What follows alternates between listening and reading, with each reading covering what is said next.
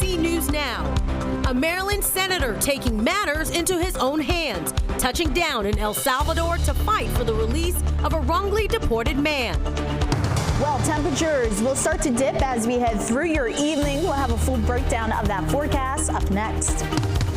Also, international students facing uncertainty after their visas were revoked by the U.S. government. How local universities are responding.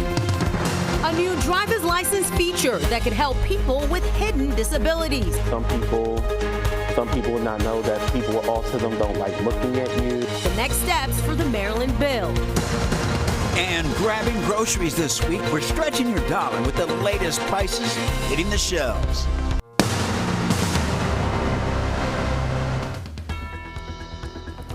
Breaking now, Maryland U.S. Senator Chris Van Hollen speaking from El Salvador for the first time since he landed this morning. Thanks for joining us for DC News Now at 4. I'm Mark Hall. And I'm Tosin Fakile, the senator speaking after meeting with El Salvador's vice president. The Maryland lawmaker is there to demand the release of a wrongly deported Prince George's County man. Meanwhile, the Trump administration maintaining claims that he has ties to the MS-13 gang, despite him never been charged. DC News Now's Randy Bass live at the U.S. Capitol for us. Randy, what can you tell us? Yes, the president of El Salvador not in the country today, but Maryland Senator Chris Van Hollen says he was able to speak with the country's vice president, pushing him for answers about Kilmar Abrego Garcia's condition inside that maximum security Salvadoran prison where he's being held, and pushing for answers on what comes next to help secure his release. And the U.S. courts have found that he was illegally taken from the United States. And the government of El Salvador has no evidence that he was part of MS-13. Why is El Salvador continuing to hold him in CICOT?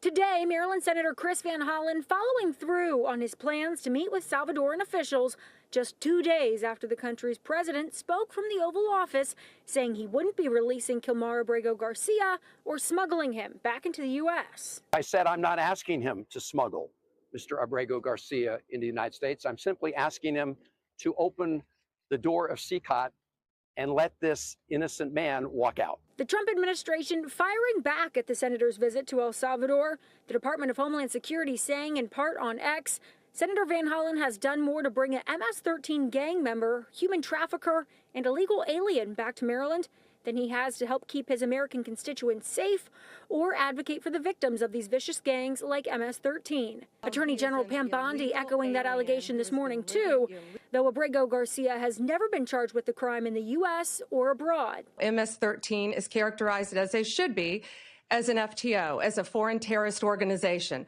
So he is not coming back to our country. President Bukele said he was not sending him back. That's the end of the story. If he wanted to send him back, we would give him a plane ride back. Those comments coming after a federal judge on Tuesday pressed the government for answers on what it's doing to facilitate his return and demanding swift discovery in his case.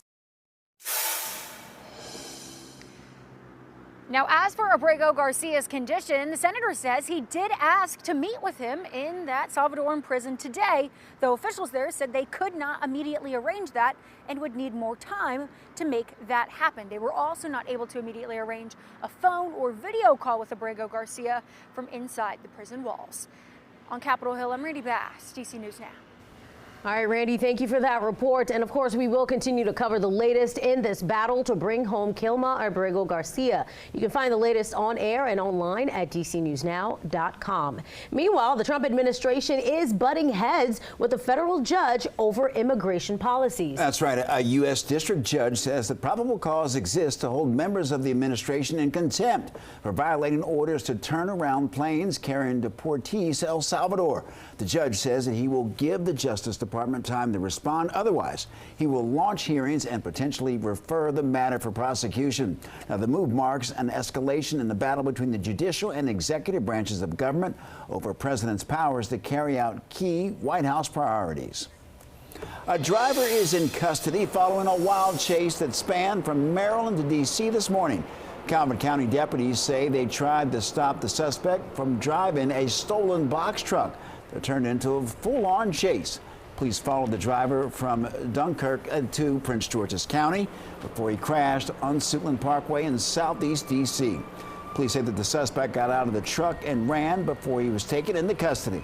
The driver rammed into 3 Calvert County Sheriff's cruisers during the chase, but no serious injuries were reported. We're working to learn who the driver was and whether he'll face charges. 4:04, time to get a check of your forecast, beginning with a live look outside right now. We're looking at the National Cathedral. It started off a little chillier this morning, but I think as the day went on, it started to feel a little not so bad. Yeah, the sunshine helped. Yeah, definitely did. Let's head over to meteorologist Brittany Ward with a check on the weather across the region. Brittany. Good afternoon, guys. Yeah, we dealt with those chilly temperatures this morning, but highs today, they were in the 50s and 60s, but then those chilly temperatures will be returning as we head through the evening. But satellite and radar are showing you right now we're still quiet across the area, holding on to clear skies across much of the DMV. That's going to be the trend tonight as high pressure continues to build into the area. Now, talking about those temperatures right now out the door, not bad. We're sitting in the upper 50s to lower 60s, 61 currently in DC, 64 as you head over there to Fredericksburg, Virginia. Back off to the north and west, though, that's when we're starting to see those temperatures in the 50s. 56 currently in Hagerstown, 55 as you head over there to Winchester. Now, winds are still breezy. We're still seeing them shift out of the northwest. That's going to usher in the cooler air we're going to be feeling as we head through your evening. Winds sustain at about 17 miles per hour in DC, 21 as you head over there to Hagerstown, and those winds will begin to die down as we head a little after sunset, and that's going to allow those temperatures tonight to drop. We're going to be tracking 30s across much of the area. We do have frost as well as freeze alerts in effect for portions of the DMV. So keep it here. I'll break down that entire forecast for you guys coming up. All right, Brittany, we'll talk to you soon. Financial uncertainty in the district right now as city leaders prepare for a $1 billion budget hole. The mayor's office now implementing a hiring freeze, and more spending freezes are on the way. And some D.C. agencies are responding to this. Marielle Carbone joins us live in Northwest. And Marielle, a story you've been following. Frustrations certainly growing for those who work for the district. Yeah, they are, Tosin, because this all could have been avoided if the House just voted on a funding fix before it went on recess, and then we wouldn't be in this position. Remember, Congress passed a spending plan that reverted D.C. back to its 2024 budget, leading to this budget gap. And today, first responders like firefighters here and police officers say lives could be on the line. As D.C. wrestles with big budget decisions, it's obviously concerning. Public safety agencies are concerned about the front lines. So we're just concerned that if people call 911 today, they're not going to get the same help that they would before we went through these budget cuts. And David Hoagland is president of the D.C. Firefighters Association and says spending cuts could be devastating to the department. It would be pretty catastrophic. But that could be the reality. This week, the mayor froze hiring and promotions across all government agencies, including public safety, as she tries to make up for a $1 billion gap in the budget caused by Congress. Spending on overtime will not be permitted starting April 27th, and furloughs could be on the way. Both of those things are incredibly concerning because we're not going to be able to respond to the demand that's out there. Greg Pemberton, chairman of the D.C. Police Union, is urging the police department to apply for a waiver, asking the city administrator to allow MPD to continue spending. Otherwise, residents can absolutely expect to see significantly less officers on their street and fewer officers responding to serious events. Currently, MPD data shows roughly 900 vacant positions, which the department is aggressively trying to fill. A hiring freeze will absolutely bring that to a screeching halt. Both agencies are demanding the House act immediately, restoring D.C.'s budget before it's too late. It's these fire apparatus behind me that respond to the U.S. Capitol when there's an emergency. Now, both Hoagland and Pemberton are hopeful that the administration will approve waivers for both of those agencies. Mark and Tosin, we know that the mayor didn't want to have to make these cuts or doesn't want to go forward with these, but she says until D.C. actually achieves statehood, the district will constantly be under threat of interference by the Congress like this. Reporting live in Northwest, I'm Marielle Carbone, D.C. News Now. All right, Marielle, thank you. Starting next week, Fairfax County Public Schools will launch a pilot program to help keep guns and weapons out of their buildings.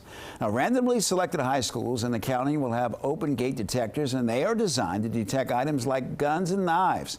Open gate detectors are already used around districts around the district in places like the Smithsonian museums. Developing right now, the State Department is revoking the visas of hundreds of international students, including some right here in the DMV. DC News Now's Daniel Hamburg is live at Georgetown University. Daniel, a lot of uncertainty right now. Students tell me that they're worried for their friends and classmates, and as you might imagine, anxiety is high among international students. Georgetown University says 10 of its community members had their immigration status terminated and that the government didn't inform the university. I think it's a gross violation of human rights and the Constitution, and I think it's a very grave sign for the future of free speech in this country. The school is warning students that the Department of Homeland Security is considering social media activity in its review of immigration benefit applications now. Every day, literally, people are wondering whether they're going to be next in line. Nader Hashemi is the director of the Al-Walid Center for Muslim Christian Understanding. No one would ever think that some student would get hauled off in the middle of the night because they expressed an opinion on some global conflict, in this case, Israel-Palestine. That's what's happening. Secretary of State Marco Rubio says the government is focused on visa holders acting counter to national interest, including some who protested Israel's war in Gaza and those who face criminal charges. With them revoking the visas, I feel like that's definitely overkill and like an abuse of power. George Mason University's president says 15 international students have had visas revoked without notice. Diego Barbara, president of Jewish fraternity AE Pi at GMU, says he supports free speech and people supporting the Palestinian people. My problem is if you are not a citizen of this country and you are speaking out in support of a terrorist organization directly. A tracker from the website Inside Higher Ed shows more than 1,300 students from 210 colleges and universities have been affected. I hate to say this because I'm part of the American educational system. If an international student today asked me whether they should come to the United States, I would say think again. You're probably safer going to. And we also checked in with George Washington University, which saw a lot of protests for the Palestinian-Israel war. They say that they are also aware of a small number of students who have had their visas revoked, and they are working with students to make sure they're aware of their rights. We're live in Northwest. Daniel Hamburg, DC News Now. All right, Daniel, thank you. Coming up, the Kennedy Center getting a brand new look. What they're saying about the change. And a little symbol to indicate hidden disabilities on Maryland driver's licenses. The families that are spearheading the cause.